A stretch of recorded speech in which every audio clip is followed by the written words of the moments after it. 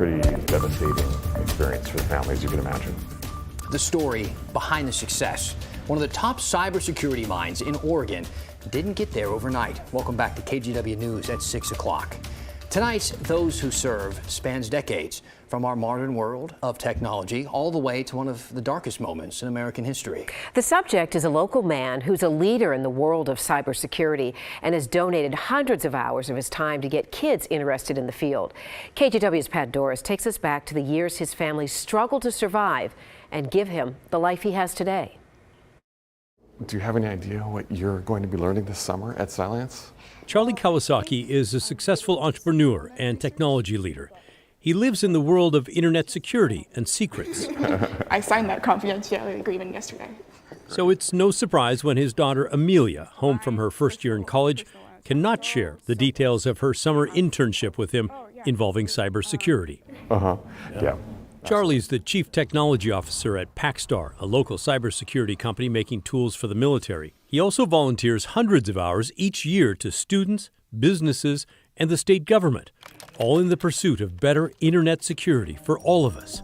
And make no mistake, there is plenty of reason to worry. Can some bad actor turn out all our lights, for example? There are certainly people who stay awake at night very concerned about the vulnerability of our electric utilities infrastructure. Absolutely. And that's just one of the sources of threat and vulnerability. There's many others. Ransomware is one of them. That's when hackers take over your computer and demand money. If you don't pay the ransom, they delete your files. Really cool. But before we get too far down the road, let's go back and learn what motivated Charlie to give back so much. So I grew up as a poor minority student in Seattle. He's half Japanese. My father was second generation, but he actually was in the internship, the internment camps during World War II. Yeah. Which significantly contributed, I believe, to our family's misfortune and where my background arose from. So, lost the family's finances? Lost the family business, lost the houses, ended up with my parents, in significant distress the rest of their lives. So yeah, that was awful. Pretty devastating experience for the family, as you can imagine. Things were pretty bad. We were on food stamps and going to food banks and the things that you do when you're really struggling to even put food on the table. Yeah. Was that a scary existence, wondering if there was going to be enough food? It absolutely was. It was very frightening, and there were many times where we really were very concerned about the future of the family, and I think that contributed to my not knowing what my future was. By the time he reached Garfield High School in Seattle, he was still drifting.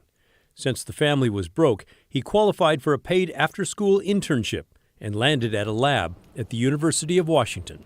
At first, I was, believe it or not, washing lab dishes with boiling hydrochloric acid in the civil engineering department at the University of Washington. That sounds a little dangerous. That was not the best job, especially when your wardrobe ends up with holes all over it. He jumped at the chance when another internship opened at the UW's Computer Center. It was the late 1970s. Computers were in their infancy. And back in the day, that was, rooms the size of this with what was called a mainframe, if you remember what that was.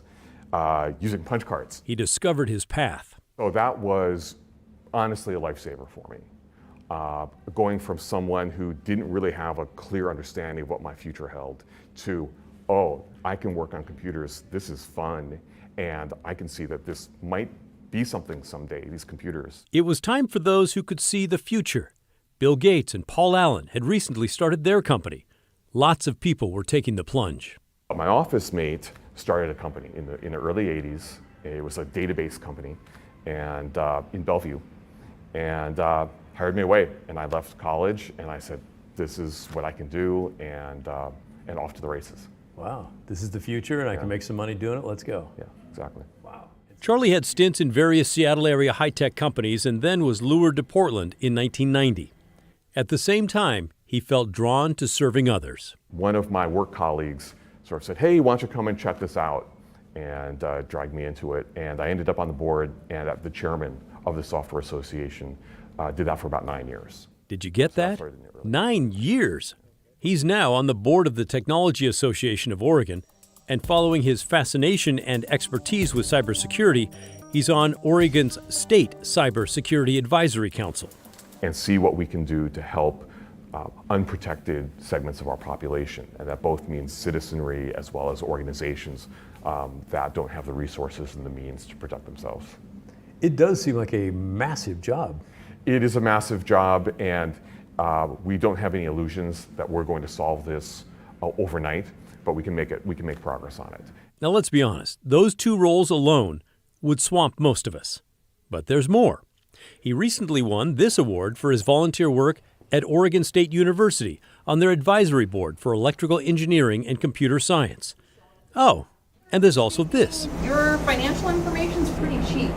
In 2016, he and Amelia helped launch what would become the Northwest Cyber Camp. It's an annual summer gathering featuring industry experts who teach high school kids about the cybersecurity career.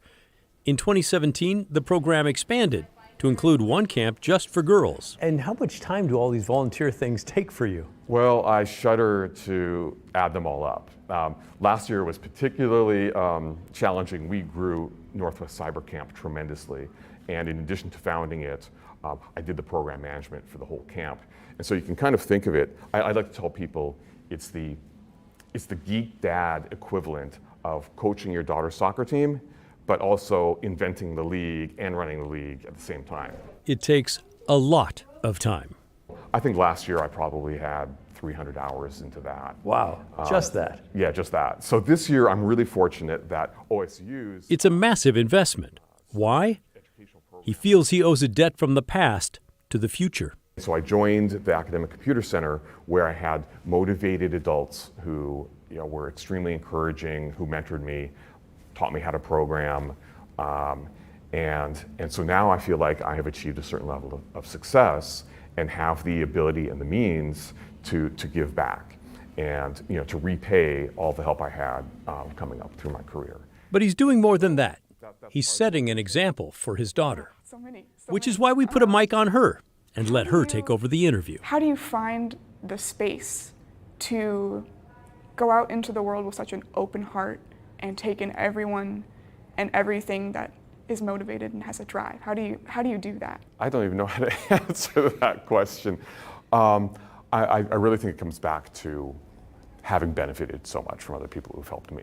And then I asked her what it was like when her dad offered to help launch that cyber camp. It was unbelievable. I didn't think it would actually be a thing because I didn't know how do I start a camp? How do I manage one? How do I get it going? And then I realized that my dad has all of these industry connections and all of this. Somehow he makes time for this, and somehow he has the patience to start something from just a little idea and grow it into this massive organization. And once I realized that he was going to help me do that and that we were in this together, it was just like magic. I couldn't imagine doing anything else with him.